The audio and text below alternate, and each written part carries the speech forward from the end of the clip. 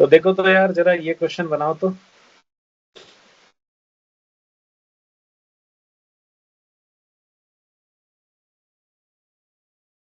The maximum kinetic energy of photoelectrons emitted from a surface when photons of energy 6 electron volt fall on it is 4 electron volt. The stopping potential is। भाई बहुत आसान example था ये यार। Maximum kinetic energy ने तुम्हें directly बोल रखा है 4 इलेक्ट्रॉन वोल्ट। तो भाई जो इलेक्ट्रॉन बाहर आ रहा है उसका मैक्सिमम काइनेटिक एनर्जी तो डायरेक्टली दे दिया कि 4 इलेक्ट्रॉन वोल्ट है। 4 इलेक्ट्रॉन वोल्ट को रोकने के लिए कितने वोल्ट की बैटरी लगानी पड़ेगी? 4 वोल्ट की। Stopping potential 4 volt answer. कुछ करना ही नहीं था इसमें। अब जो फोटोन आ रहा है उसका एनर्जी कितना है, वर्क फंक्शन क्या है, उससे मतलब ही नहीं है ना। डायरेक्टली तो केमैक्स दे दिया, ठीक है। तो डायरेक्टली तो केमैक्स दे दिया 4 इलेक्ट्रॉन वोल्ट, तो उसको रोकने के लिए 4 वोल्ट लगाना पड़ेगा। तो आंसर विल बी 4,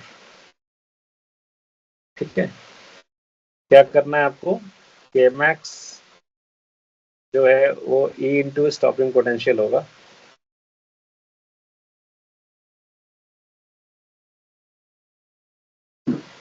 तो answer is B.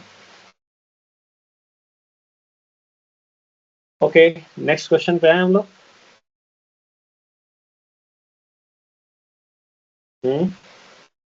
Yes sir. चलिए, अगला क्वेश्चन ये रहा।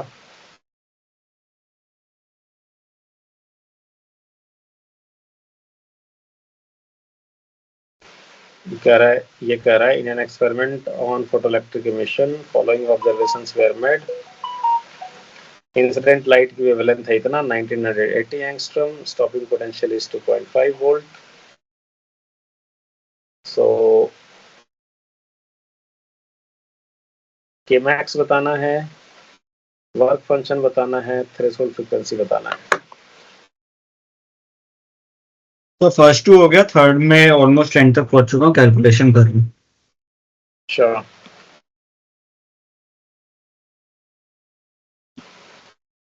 लास्ट वाले में तो थोड़ा कैलकुलेशन भी ज्यादा है, इसलिए टाइम लगा। कैलकुलेशन तो करना पड़ेगा भैया, हंस के करो या रो के करो। मॉडर्न हाँ सर, फिजिक्स, वो कर लेंगे, उसका कोई इश्यू नहीं था। हाँ मॉडर्न फिजिक्स में करना है तो कैलकुलेशन करना ही होगा। ओके, सो यहाँ पे देखिए क्या दे रखा है। ये जो वेवलेंथ, हाँ इंसिडेंट लाइट का वेवलेंथ दे रखा है 1980 एंगस्ट्रॉम। अच्छा, स्टॉपिंग पोटेंशियल है 2.5 वोल्ट, ये सब दे रखा है। ये केमैक्स पूछ रहा है और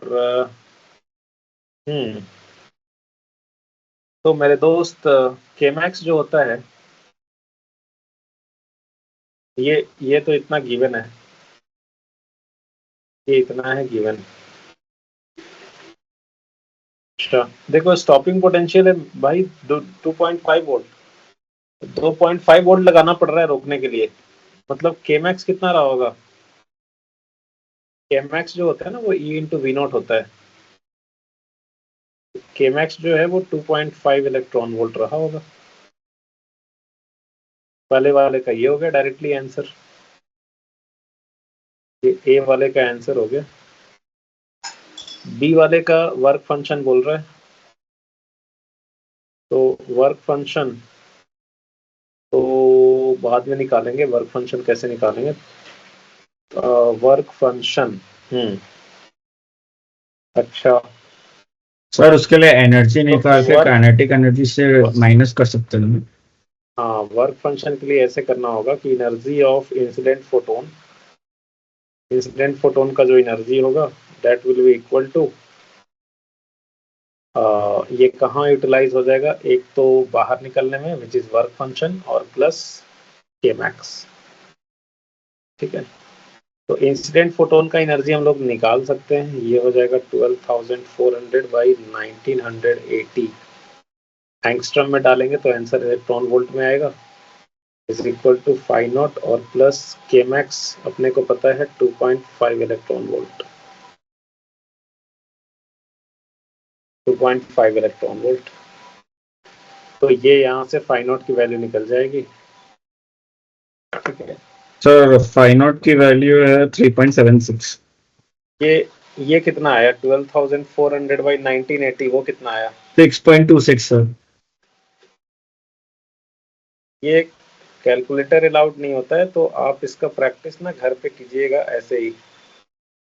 नहीं सर, मैंने मतलब 190 को 200 ले लिया तो 6 के अराउंड कहीं आ रहा था, वैसे किया। हाँ कुछ कुछ वैसा करना होगा। तो ये 6.26 आता है, is equal to phi not plus 2.5 electron volt. Phi not का वैल्यू जो है वो हो जाएगा 0.26 में घटा दो आप 2.50 को, तो ये 3.76 इलेक्ट्रॉन वोल्ट आ जाएगा। तो सेकंड वाले का हो जाएगा आंसर ये डी का। और सी का क्या होगा, थ्रेशोल्ड फ्रीक्वेंसी, तो H इंटू एफ, ये हो गया आपका फाई नॉट जो होता है वही होता है H mu not, work function जो होता है वही होता है H इंटू थ्रेशोल्ड फ्रीक्वेंसी। तो फाई नॉट हो गया आपका 3.76 electron volt is equal to H हो गया कितना 6.626 into 10 to the power -34 into mu not. So mu not is equal to, ये हो जाएगा 3.76 इलेक्ट्रॉन वोल्ट के लिए 1.6 into 10 to the power -19 joule, इससे मल्टीप्लाई करेंगे इस यूनिट में कन्वर्ट करने के लिए, और डिवाइडेड बाय ये हो गया आपका -34। ये कितना आ गया, कितना आएगा ये sir 9.1 into 10 to the power 14 hertz.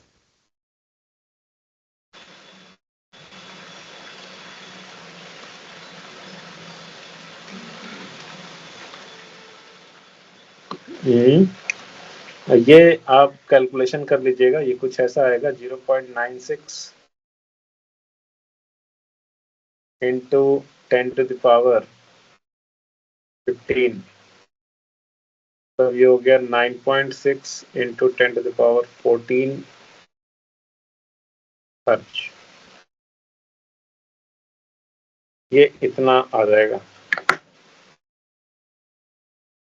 इतना ही आ रहा है क्या आप लोगों का? हाँ सर। चलिए तो ठीक है, ये हो गया। एंड तो नेक्स्ट क्वेश्चन पे आए।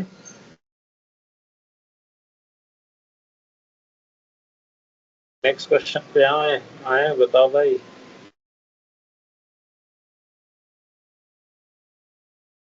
आयशरीन, प्रिया, हाँ सर हुआ ठीक। सत्यम, सर चलिए तो नेक्स्ट क्वेश्चन पे आते हैं। एक सेकंड,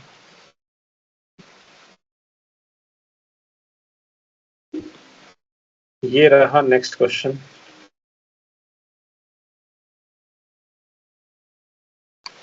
देख पा रहे हो आप लोग?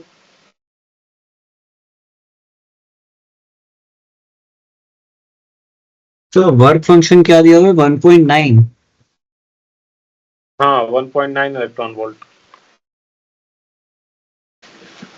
चलिए ठीक है, आप लोग करते रहिए, मैं भी थोड़ा बढ़ता हूँ आगे, नहीं तो बहुत टाइम लग जाएगा।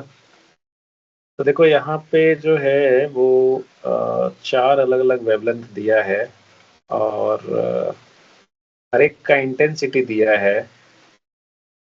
बोल रहा है कितने फोटो इलेक्ट्रॉन्स बाहर आएंगे, एज्यूमिंग कि स्ट्राइक रेट 100% का है। स्ट्राइक रेट का मतलब कोई भी फोटो इलेक्ट्रॉन जो है वो एक इलेक्ट्रॉन को स्ट्राइक करेगा तो वो लाइक उसका एनर्जी वर्क फंक्शन से ज्यादा होगा तो इलेक्ट्रॉन लेके ही बाहर आएगा, ऐसा बोल रहा है एज्यूम करने को।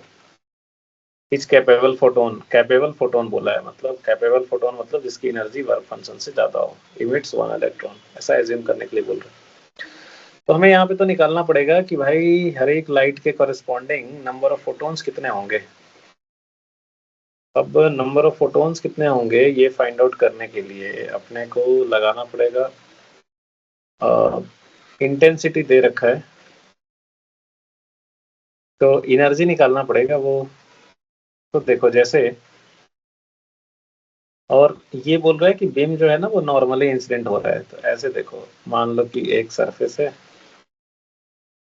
और इसके इतने एरिया पे लाइट जो है वो नॉर्मली इंसिडेंट हो रहा है, मान लो परपेंडिकुलरली इंसिडेंट हो रहा है। तो इतने सरफेस पे ये परपेंडिकुलरली इंसिडेंट हो रहा है। अच्छा, इंटेंसिटी दे रखा है, हर एक वेवलेंथ का इंटेंसिटी जो है ना वो है 1.5 इंटू 10⁻³ वाट पर मीटर स्क्वायर। ठीक है, तो अच्छा एनर्जी देखो, इंटेंसिटी होता है energy per unit perpendicular area per unit time. तो therefore energy per unit time जो होगा इंसिडेंट वो हो जाएगा इंटेंसिटी इंटू परपेंडिकुलर एरिया।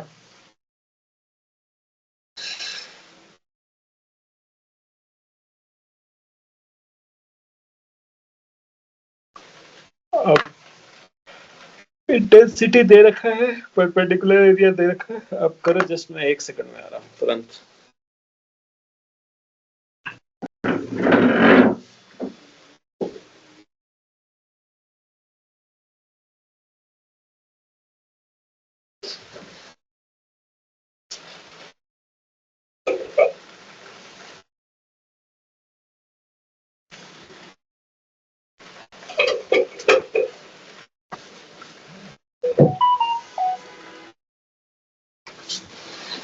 समझे क्या? ये इंटेंसिटी कितना है? 1.5 इंटू 10⁻⁴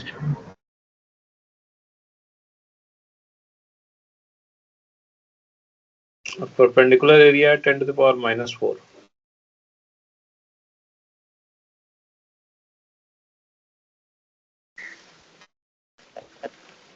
इतना वाट हो गया एनर्जी फॉलिंग पर यूनिट टाइम, पावर इतना हो गया। और हर एक लाइट के लिए सेम ही बोला है, सेम इंटेंसिटी सेम एरिया। अच्छा, सो मैं इसको P नाम देता हूँ। तो अगर मैं पहले वाले लाइट की बात करूं कि वेवलेंथ है, मान लेते हैं λ1, पहले वाले की बात करें अगर, तो मान लो n1 number of photons let us से पर सेकंड आ रहे हैं। n1 is number of photons incident per second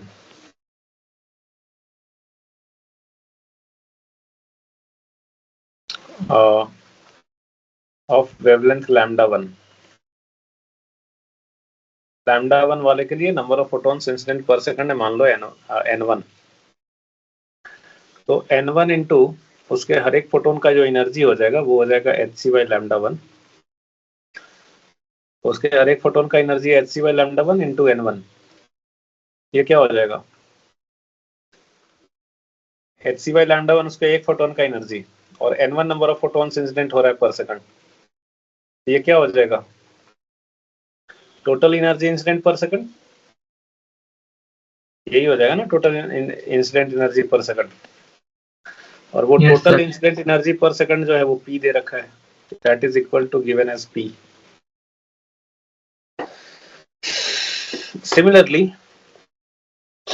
similarly मेरे दोस्त N2 के लिए जो है यही चीज आप लिख सकते हो, N2 into HC by lambda 2, उसका भी पावर वही है। यही चीज आप लिख सकते हो N3 into HC by lambda 3, और यही चीज आप लिख सकते हो N4 into HC by lambda 4। आपको निकालना है N1, तो ये आप कर दोगे N1 इंटू लैम्डा 1, ये दे रखा है HC बाई लैम्डा 1 में आप वो फॉर्मूला यूज कर लो 12,400 वाला, 12,400 by this 4,000 angstrom. This is equal to P and this is equal to N2। Second वाले के लिए हो गया ये 12,400 by 4,800। थर्ड वाले के लिए हो गया 12,400 by 6,000, और फोर्थ वाले के लिए हो गया 12,400 by। अच्छा, लेकिन हमें ना एक सेकंड, ठीक है, पहले इतना कर लें। ये तो नंबर ऑफ फोटॉन्स की बात हो रही है बाई 7,000।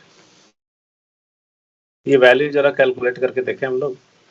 N1 इंटू इसका वैल्यू कितना आ रहा है 124 बाई 40, कितना हो गया 3.1 electron volt. Okay okay okay, दूसरा वाला कितना हुआ 124 बाई 48, कितना हो जाएगा 31 बाई 12, सर 2.58। 31 बाई 12 ना, 2.58। हाँ सर, वेरी गुड। वो 30 ले लिया और 12 को मतलब वैसे करके लिखा।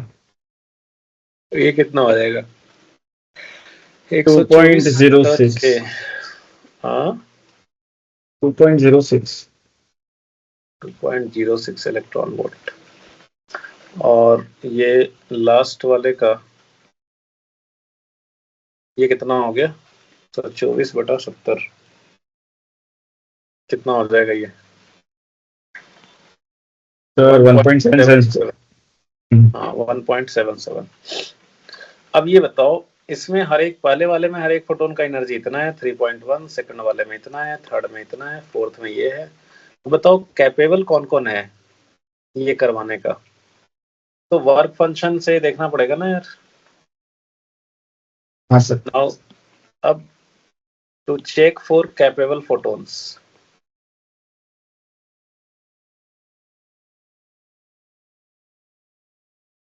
To check for capable photons कौन कौन इमिशन करवा पाएंगे, उसके लिए हमें देखना पड़ेगा थ्रेशोल्ड फ्रीक्वेंसी कितना है।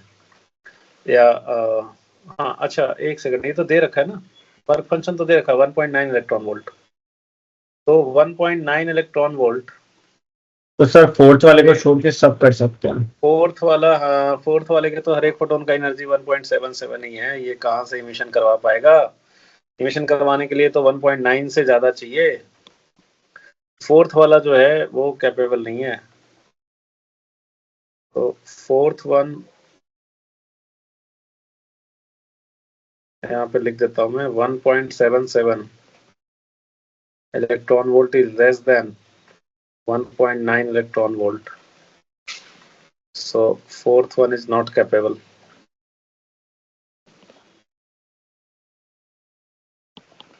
तो अच्छा, तो यहाँ पे कैपेबल ये सब है, और ये बोला है कि भाई देखो हर कोई ना फॉर ईच फोटोन जो कैपेबल है वो इलेक्ट्रॉन्स उतना इमिट कराएगा, एक एक फोटोन एक एक इलेक्ट्रॉन इमिट करवाएगा।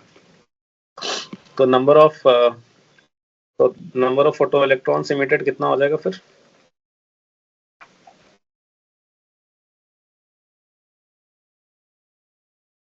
ये हो जाएगा N1 plus N2 plus N3, और N1 को हम लोग लिख सकते हैं P डिवाइडेड बाई 3.1 और N2 को लिख सकते हैं P डिवाइडेड बाई 2.58, N3 को P डिवाइडेड बाई 2.06, और P का वैल्यू हमने निकाल रखा है, ये इतना आया 1.5 into 10 to the power minus 7, so this will be 1.5 into 10 to the power minus 7 by 3.1 electron volt है भाई। ये इधर ध्यान देना है, ये जूल में लिखे हो आप, वाट में लिखे हो, मतलब जूल पर सेकंड में, और नीचे इलेक्ट्रॉन वोल्ट में है। तो यहाँ पे जो है वो कितना होगा, एक काम करते हैं, इलेक्ट्रॉन वोल्ट जो है ना वो कॉमन ही ले लेते हैं इसमें सब में। इलेक्ट्रॉन वोल्ट कितना हो गया 1.6 into 10 to the power minus 19, हो जाएगा 1/3.1 प्लस 1/2.58 प्लस 1/2.06। कैलकुलेशन देख रहे हो कितना खतरनाक है।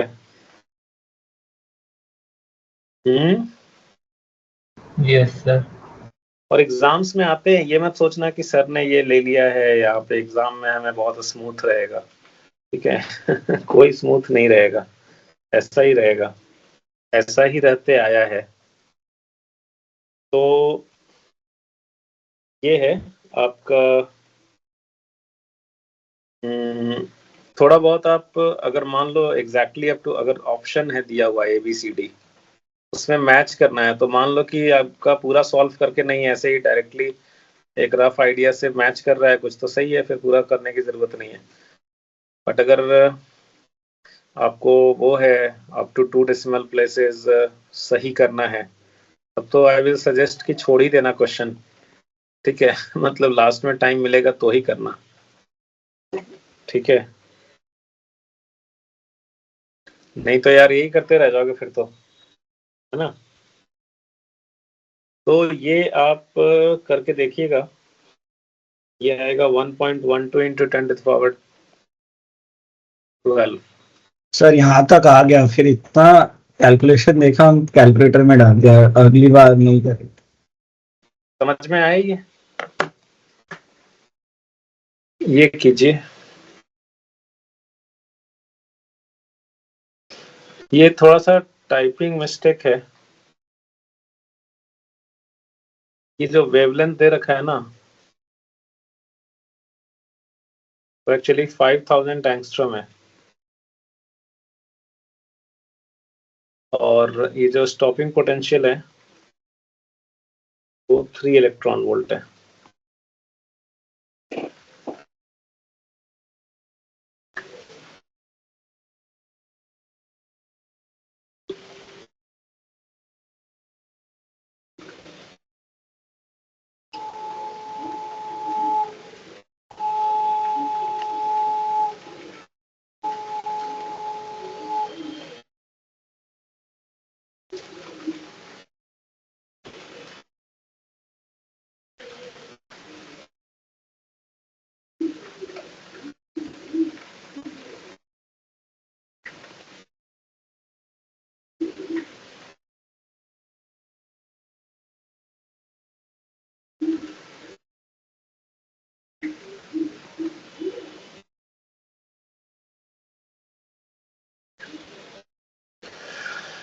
हो गया।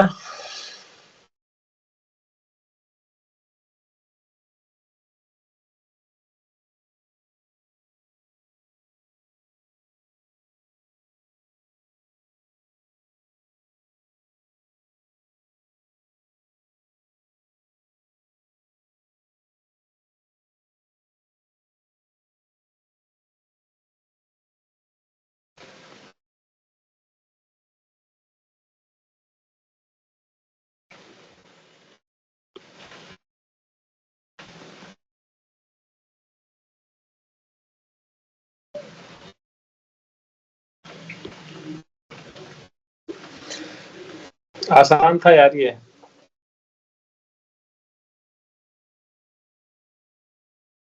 देखिए ये कह रहा है कि एक मेटालिक सरफेस पे इंसिडेंट हुआ है लाइट ऑफ वेरिएबल वेवलेंथ, और जो वेवलेंथ 5000 एंगस्ट्रॉम से ज्यादा है वो इमिशन नहीं करवा पाता है।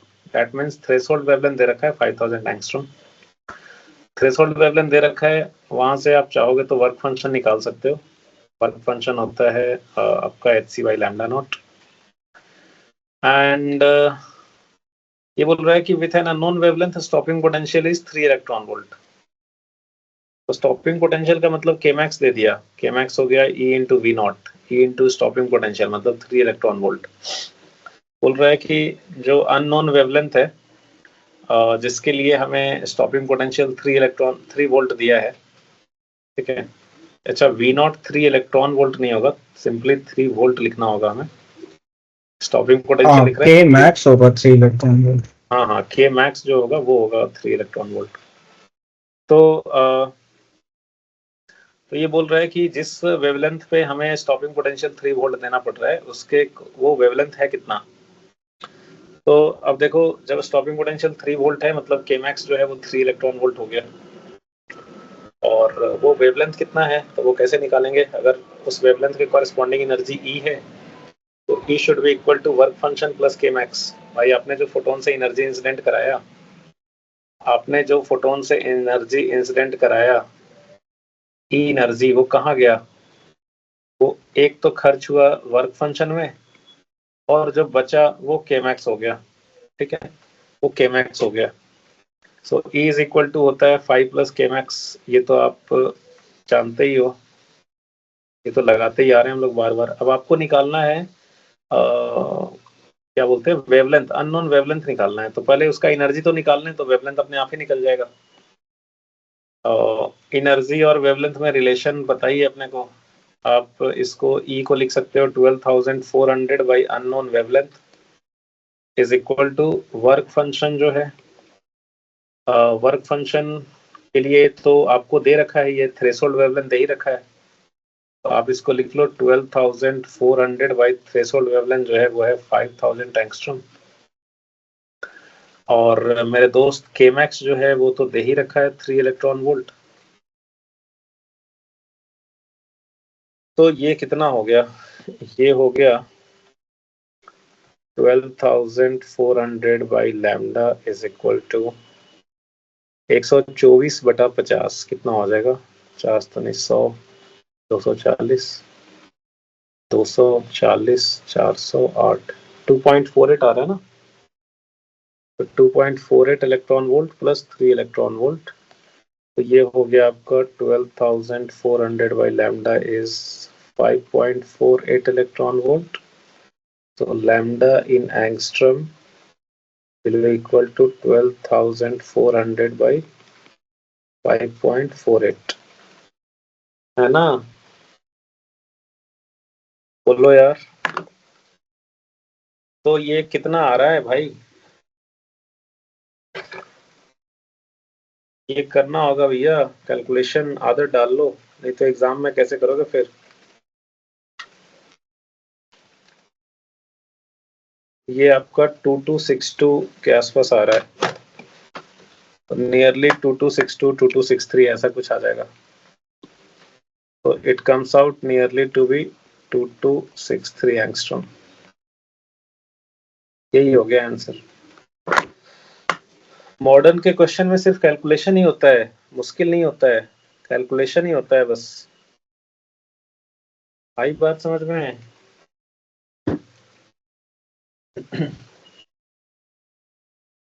तो ठीक है, ये हो गया था आप लोगों का। हाँ सर। आगे बढ़े। हाँ सर।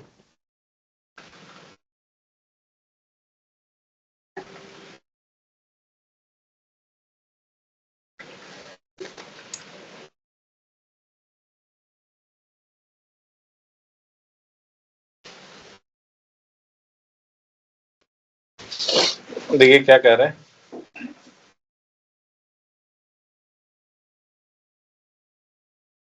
कि illuminating the surface of a certain metal alternately with light of wavelength lambda 1 and lambda 2, it was found that the corresponding maximum velocities of photoelectrons have a ratio 2। मतलब मान लो एक मेटल है और एक बार आप लाइट डाल रहे हो विथ वेवलेंथ लैम्डा 1 और अगली बार लाइट डाल रहे हो विथ वेवलेंथ लैम्डा 2। ठीक है, लैम्डा 1 से और ये लैम्डा 2 से। तो अब जो फोटो इलेक्ट्रॉन्स का मैक्सिमम वेलोसिटी है, मतलब के मैक्स की बात कर रहा है, ये बताओ K1 मैक्स जो होगा वो क्या होगा? H C by lambda 1 minus 5। और यहाँ पे जो K2 मैक्स होगा वो क्या होगा? वो होगा H C by lambda 2 minus 5। ठीक है, H C by lambda 2 minus 5। अच्छा, तो ओके ओके ओके, पाई तो सेम ही मेटल है, दोनों में सेम ही होगा। अभी अपने को वेलोसिटी का रेशियो दिया हुआ है, तो एक काम करते हैं, काइनेटिक एनर्जी ऑफ इलेक्ट्रॉन क्या लिखेंगे? Half into mass of electron into V1 का स्क्वायर, V1 मैक्स का square. This is H C by lambda 1 minus 5।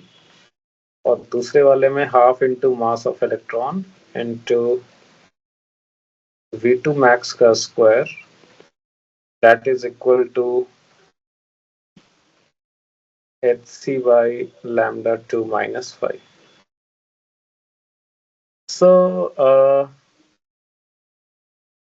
यहाँ पे दिया हुआ है कि जो रेशियो है V1 मैक्स और V2 मैक्स का वो 2 है। तो कौन बड़ा होता होगा एक्चुअली, और जिसमें ज़्यादा एनर्जी का फोटोन इंसिडेंट हो रहा है? मतलब इंसिडेंट फोटोन की अगर वेवलेंथ कम है, तो वेवलेंथ कम है फर्स्ट वाले में, तो इसका मतलब फर्स्ट वाले का स्पीड ज़्यादा है। तो ये दिया हुआ है कि V1 max by V2 max this is equal to 2, ये दिया हुआ है। अच्छा, तो एक काम करते हैं, यहाँ से हम लोग V1 मैक्स का रेशियो डायरेक्टली निकाल सकते थे ना। एक काम करते हैं यार, V1 मैक्स का स्क्वायर ये हम लोग लिख देंगे H C by lambda 1 minus 5 divided by M E by 2, इसको इधर लेते आ रहे हैं। और V2 मैक्स का स्क्वायर ये हो जाएगा H C by lambda 2 minus 5 divided by M E by 2। तो अच्छा, अभी V1 max by V2 max दिया हुआ है, तो इसका जो स्क्वायर होगा V1 मैक्स का स्क्वायर बाई V2 मैक्स का square, this is equal to 4। तो अभी ये तो हम लोगों ने निकाल लिया है, तो ये वैल्यू बैठा दीजिए। तो अभी सब्स्टिट्यूट कर देते हैं। तो सब्स्टिट्यूटिंग ये हो जाएगा H C by lambda 1 minus 5। अच्छा, ये इन दोनों का रेशियो लेंगे ना अगर हम लोग, तो ये divided by M E by 2, M E by 2 वाला टर्म कट जाएगा। वैसे लिख ही देता हूँ, this divided by H C by lambda 2 minus 5। एक सेकंड यार, divided by M E by 2। So this is equal to 4। ये कट गया एक्चुअली, ये कट गया, ये कट गया। एच सी बाई लैम्डा 1 को आप जो है वो डायरेक्टली लिख सकते हो, इसको आप डायरेक्टली लिख सकते हो 12,400। 12,400 बाई लैम्डा 1 कितना है? 0.35 माइक्रोमीटर। माइक्रोमीटर का मतलब एंगस्ट्रम में लिखेंगे तो हमें 4 जीरो और बढ़ाना पड़ेगा, मतलब 3500 एंगस्ट्रम। तो ये है 3500 और फाई दिया है क्या? अच्छा फाई तो निकालना ही है, तो -5 डिवाइडेड बाई ये हो गया 12,400 बाई इधर हो गया आपका 5400 -5, so this is equal to 4। अब यहाँ पे अब हमें फाई निकालना पड़ेगा, ये कैलकुलेशन करना पड़ेगा। बोलो यहाँ तक क्लियर है क्या? बोलो हाँ, यहाँ तक क्लियर है? तो फाई का वैल्यू आप लोगों ने इधर ये सब काम किया था क्या? हाँ, ये सब काम किए थे क्या? ये देखना शायद ये 5.64 इलेक्ट्रॉन वोल्ट आ जाता है क्या? ये जरा देखो तो 2004 में आया था स्क्रीनिंग में। तो एस फॉर स्क्रीनिंग में 14,000 बच्चे सेलेक्ट होते थे और वो फिर जिसको आप अभी एडवांस बोलते हैं उसको उस टाइम पे मेंस बोला जाता था, मतलब सेकंड जो फाइनल स्टेज, ठीक है, उसमें 3,500 4,000 सिलेक्शन होता था। तो टोटल सीट्स उतने ही थे आईआईटीज में, 3,000-3,500 रैंक को खराब माना जाता था। 2,500 2,500 में ठीक ठाक। उसके बाद फिर 3,000 3,500 वगैरह रैंक में कुछ खास उतना अच्छा नहीं मिलता था। मल्टीपल करेक्ट है भाई, ये इस बात का ध्यान रखिएगा आप लोग।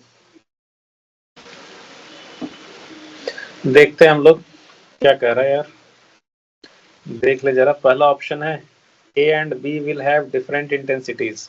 देखो मैंने ना एक चीज बताया था आपको कि भाई जो सैचुरेशन करंट है उसका डायरेक्टली लेना देना है इंटेंसिटी से, जो स्टॉपिंग पोटेंशियल है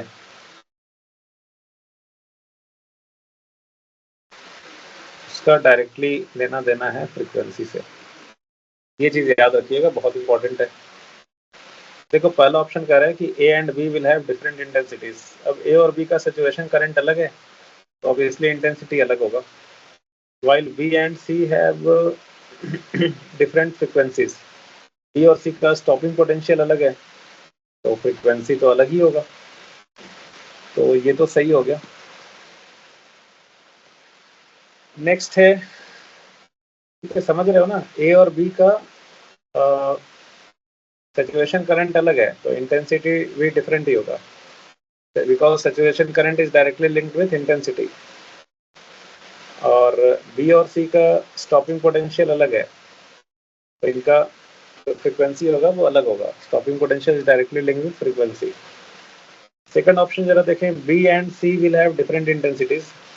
बी और सी का तो सैचुरेशन करंट सेम है तो उनका तो इंटेंसिटी सेम होगा, तो दिस इज रॉन्ग।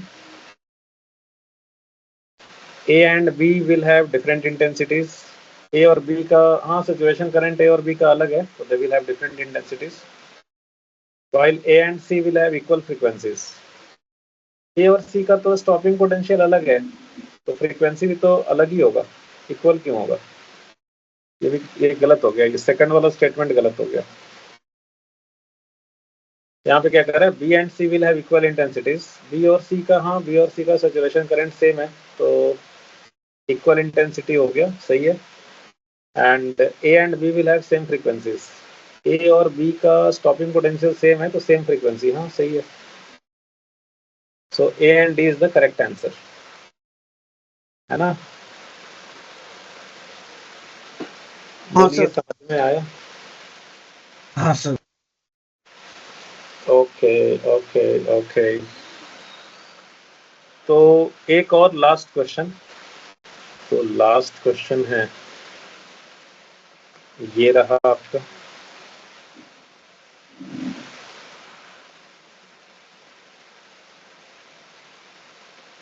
ये भी 2009 में आया हुआ क्वेश्चन है। जरा बताइए तो आंसर क्या होगा। चलो देखिए भाई जरा क्या कह रहा है। ये कह रहा है कि फोटोइलेक्ट्रिक एक्सपेरिमेंट्स किया आपने यूजिंग 3 डिफरेंट प्लेट्स। इसको छोटा कर देता हूँ पहले। अरे यार, हाँ ठीक है, इसको छोटा कर देते हैं। हाँ तो ये कह रहा है photoelectric effect experiments are performed using 3 different metal plates हैं। 3 अलग अलग मेटल प्लेट्स हैं, पी क्यू एंड आर। और वर्क फंक्शन दे रखा है तीनों का। वर्क फंक्शन जो है, पहले वाले का वर्क फंक्शन है 2 इलेक्ट्रॉन वोल्ट, और क्यू वाले का है 2.5, और लास्ट वाले का है 3 इलेक्ट्रॉन वोल्ट। अच्छा, कह रहा है कि light beam containing wavelength of 550 nanometre, इतना इतना light beam containing wavelength of इतना। अच्छा, ये बोल रहा है लाइट बीम है containing wavelength of this with equal intensities illuminates each of the plates. अच्छा, मतलब ये जो 3 अलग अलग वेवलेंथ के लाइट है ना यार, उससे एक बीम बन रहा है and they are illuminating each of the plates. They are illuminating each of the plates. तो तीनों प्लेट्स पे वो फॉल कर रहे हैं यार। ये पूरा बीम जो है तीनों प्लेट पे फॉल कर रहा है। अच्छा, so they are falling on each of the plates। ठीक है, ये एरो दिखा दें क्या? एरो दिखाई देता हूँ।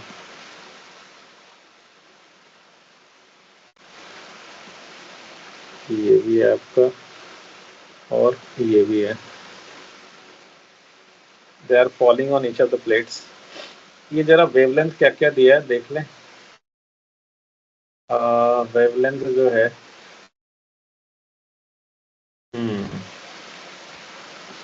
चेक कर लें जरा।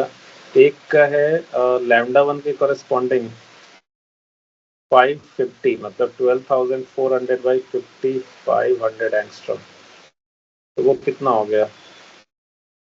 3055 कितना हो गया?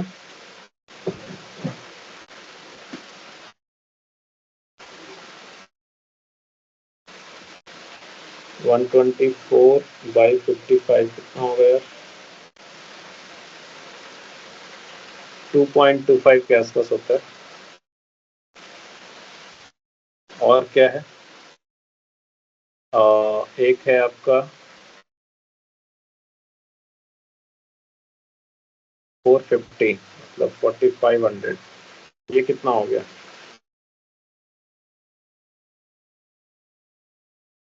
ये आपका 2.75 हो गया।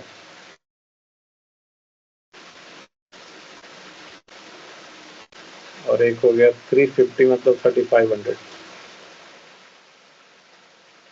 ये कितना हो गया? ये हो गया 3.54। अच्छा, 3.54 तो सबसे ज्यादा है, तीनों के वर्क फंक्शन से ज्यादा है। 2.75 जो है आर के वर्क फंक्शन से कम है।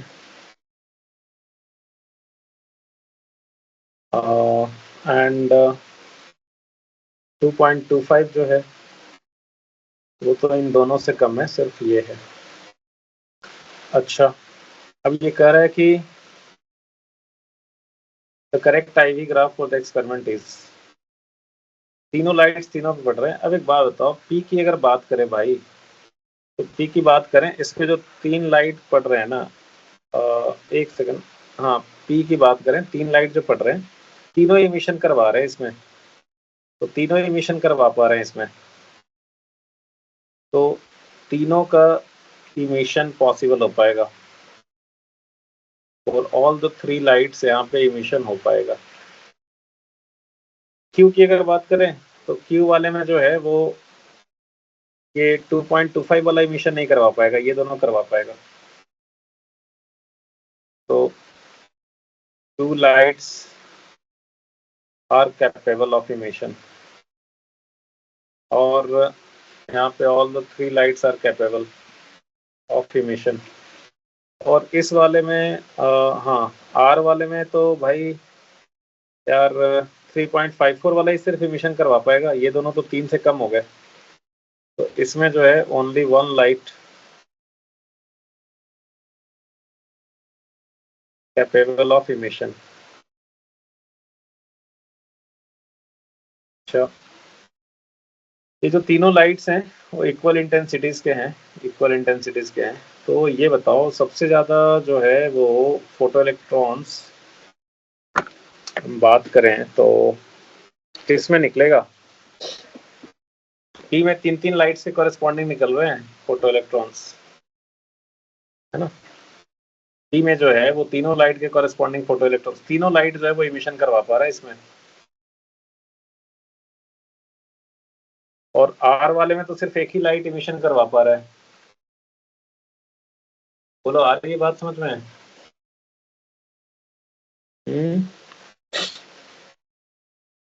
तो